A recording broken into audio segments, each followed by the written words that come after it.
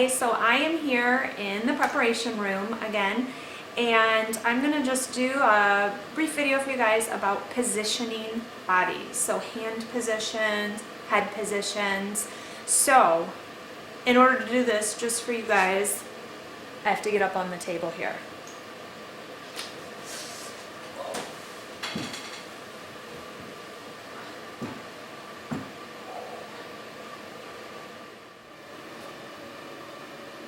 Okay, so first we're going to talk head positioning. So on the table, obviously, we're laying like this. I've got a head block under here. I've just got it covered by a pillowcase. So we're going to go over the two kind of faux pas head positionings. I'm going to tell you guys, these are not comfortable. I kind of feel like I never want one for real when I die because it just kind of pokes in your head a little bit.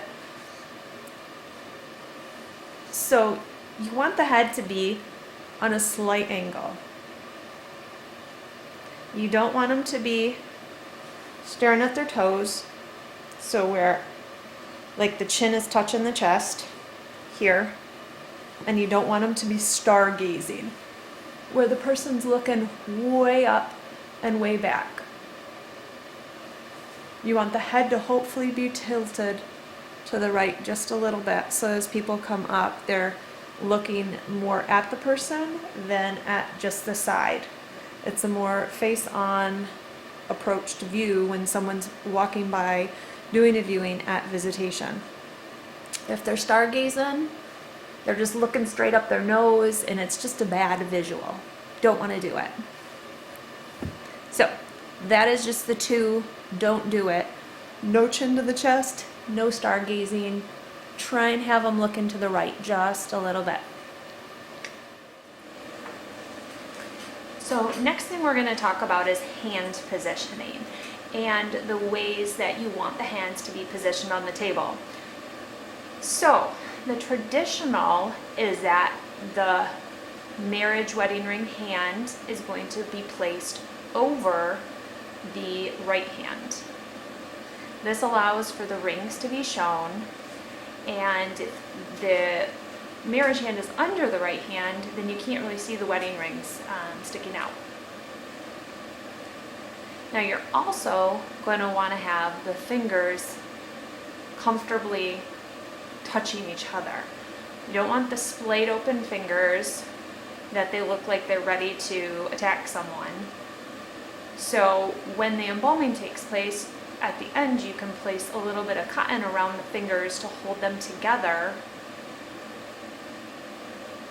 So that way when you take that cotton off, maybe the next day, those hands are going to be held together in that position after being fixated that way. You also don't want the hands to be hovering one above the other because the arms are smushed together too tight at the elbows, creating the hands to hover above each other. So from the side angle, they'd be looking like this so that there's a space, or under here that there's a gap between the belly and the hands. You don't want that. You also want to try and get the hands together as possible. However, depending on the size of the person, it may look more comfortable for the hands to lay at the sides. With a child, you are going to want to let the hands just kind of lay where they typically would. Kids aren't going to put their hands together like adults would, and often their arms aren't longer where it looks comfortable to put their hands together. So you lay them more comfortably at the sides and allow them to kind of lay as they would fall, like when they're sleeping. Just like with the legs, you want to try and have the legs positioned together for an adult, but with a child, their hips and the knees are going to rest more open than they would for an adult.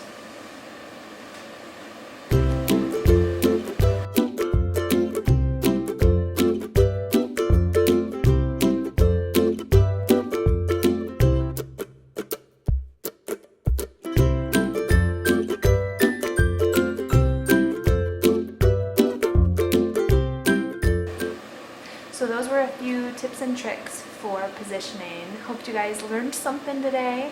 And if you like what you hear, make sure not to miss a future video by subscribing. Bye.